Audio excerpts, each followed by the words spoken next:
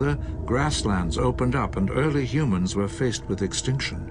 To survive, they were forced to alter their lifestyle. 2 million years ago, there were at least 2 species of hominid living side by side. That evidence was found in the southern tip of the African continent. Fossils from 4 million years ago to recent times are buried in layers. This area has been recognized as a UNESCO World Heritage Site. Sometimes it's called the cradle of humankind. Dr. Francis Thackeray of the Transvaal Museum is an expert on early human evolution. We have remarkable deposits which are between 1.7 and 1.5 million years old. And in these deposits we have 2 species. We have Paranthropus robustus, an ape man, and early Homo, living side by side. It was always thought that there was only one hominid species at this time. To find that there were 2 came as a shock. And that was a time period of global cooling as well as drying. And eventually the tropical forest would have contracted and retreated northwards towards the equator. That was a time period when Australopithecus africanus evolved into other forms, potentially. That's one model. And Australopithecus africanus could be considered a distant ancestor, certainly a distant relative of these 2 forms. The 2 different hominids, Robustus and early Homo, began to go their different paths. They chose different diets. Robustus seems to have mainly been eating tubers and vegetables, like this one that Dr. Thackeray is digging for. The plant is called Hypoxis. Probably very similar plants were here 2 million years ago. Good.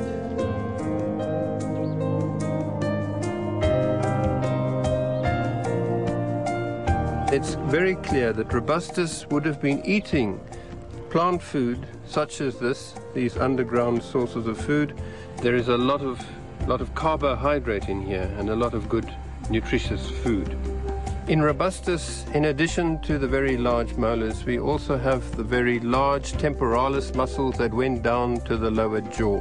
We can say that that was likely to be an adaptation for eating coarse, fibrous food. There are other hints to the diet of Robustus. Examination of fossil teeth show many rough patches, perhaps from grit,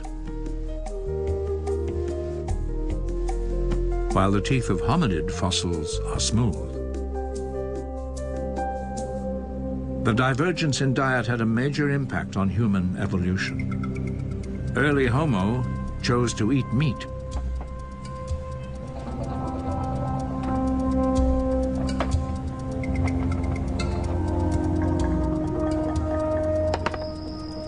Dr. Henry Bunn of the University of Wisconsin studies modern hunter-gatherer societies to get a glimpse of the past.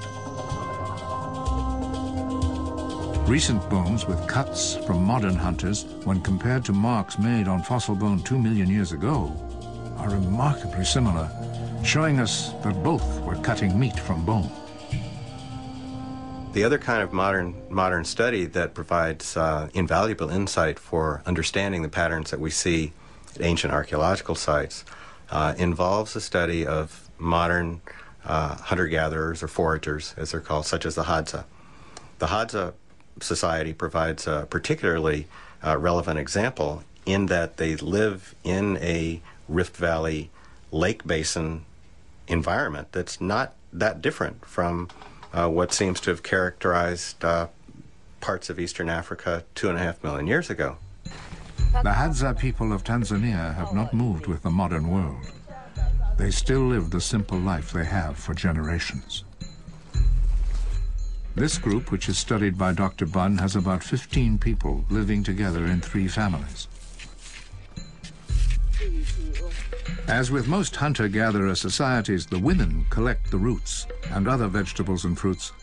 The tubers being dug out are probably no different from those dug by Robustus nearly 2 million years ago.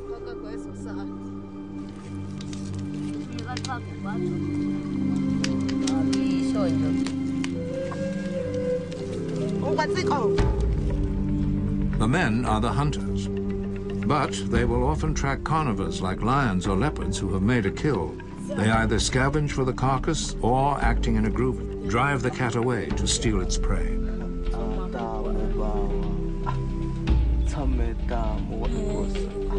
When the meat is cut from the bones, the Hadza use knives, where early Homo would have used flints. The principle is the same. Meat is the preferred diet now as it was then.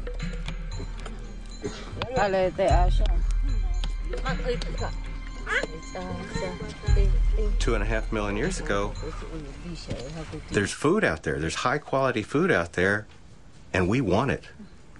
And one of the inventions that occurred at that point was the means to cut it off of a carcass or cut it off of a bone, simply because the hominins didn't have the physical size or the intellectual ability to really get into meat eating in a big way. The reason being, the challenge being that meat is a very hot item. Competition for meat would have been fierce.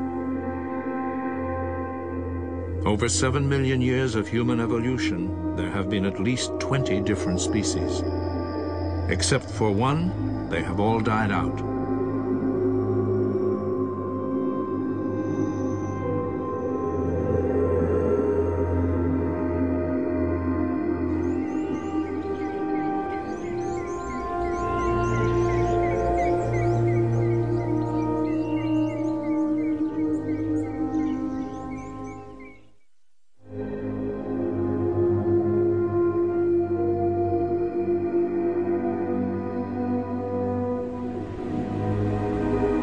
Forces deep within the planet were soon to impose change upon our early ancestors.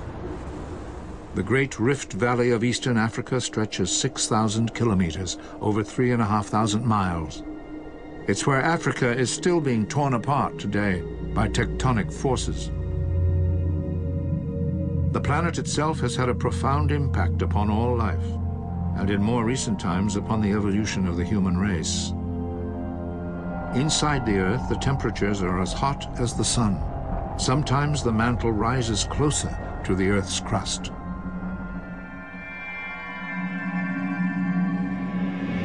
This is a recent temperature profile of the Earth's interior. It shows a powerful thrust is still rising under the African continent. But a few million years ago, the surge was even more powerful. Then the mantle lifted part of the continent and began to rip it apart, forming the Great Rift Valley. The regions near the rift became dry highlands, and the eruptions along the length of it created mountain ranges of 6,500 feet in height. The dynamics of the rift changed the vast grasslands into a variety of habitats.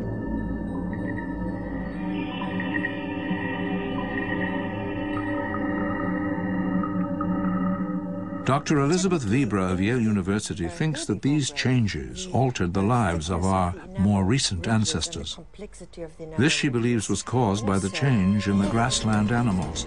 Many grazing animals appeared with an increase in the number of predators.